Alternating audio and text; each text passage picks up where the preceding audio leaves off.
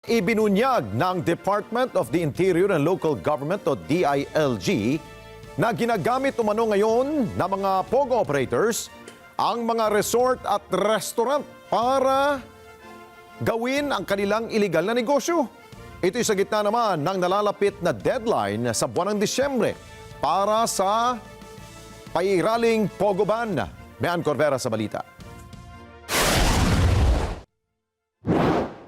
Ginagamit na rin umano ngayon ng mga operators ng mga Philippine Offshore and Gaming Operators ang mga resort at restaurants para itago ang kanilang illegal operations.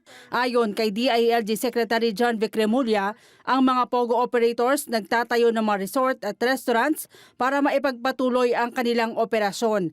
Dahil yan sa nalalapit na deadline ng pagpapasara sa mga POGO hanggang December 15, batay na rin sa utos na ban sa POGO ni Pangulong Bongbong Marcos. Yes, that's happened. It happened in Lapu-Lapu. They applied as a restaurant and a KTV, I think, and a resort, and it turned out to be a POGO.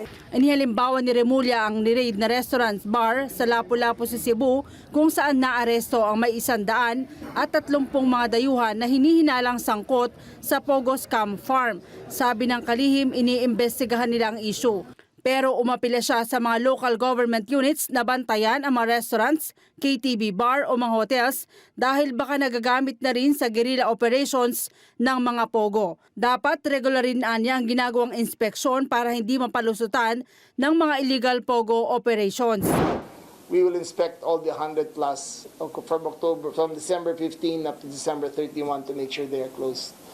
And then we will determine kung ano yung nasaan na yung mga illegal at saan sila pumunta. Surely yan may action? Yes, yes. It'll be, again, you will reiterate the directive of the President according to his EO 74, I think. Ang Senado tatapusin na sa susunod na linggo ang pagdinig sa nadiskubreng illegal POGO operations sa Banban, Tarlac at Porac, Pampanga kung saan dawit ang napatalsik na si dating Mayor Alice Go. Ayon kay Senador Rizzo Hontiveros, na chairman ng Senate Committee on Women, Children and Family Relations, may mga bago silang impormasyon na nakuha kaugnay ng pagkakaroon ng spiya ng China sa Pilipinas. Kasama na rito ang guerrilla operations ng mga POGO sa pamamagitan ng pagtatago sa mga lehitimong negosyo. Sa pagdinig, ilalatag rin nila ang mga babalang kasing batas para hindi na maulit ang kaso ni Alice Go at linawin ang inilabas na executive order ng Pangulo na tuluyan nagbabawal sa POGO operations sa Pilipinas.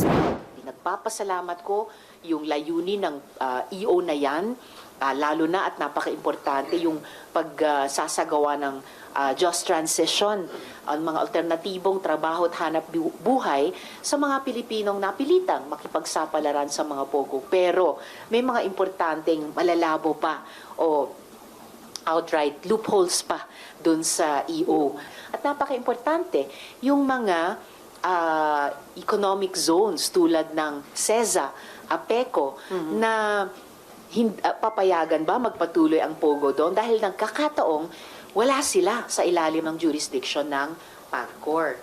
Kabilang sa mga ipapatawag sa pagdinig sa Martes, sina Alice Go, Cassandra Leong, Tony Yang at ang mag-amang nahuli sa Cebu POGO Hub. Mean Corvera para sa Mata ng Agila, matatag, matapang, matapat. Maraming salamat sa inyo pong pagsubaybay sa Mata ng Agila Primetime. Para malaman ang matatag, matapang at matapat na mga balita, i-follow lamang at mag-subscribe sa @Net25 TV.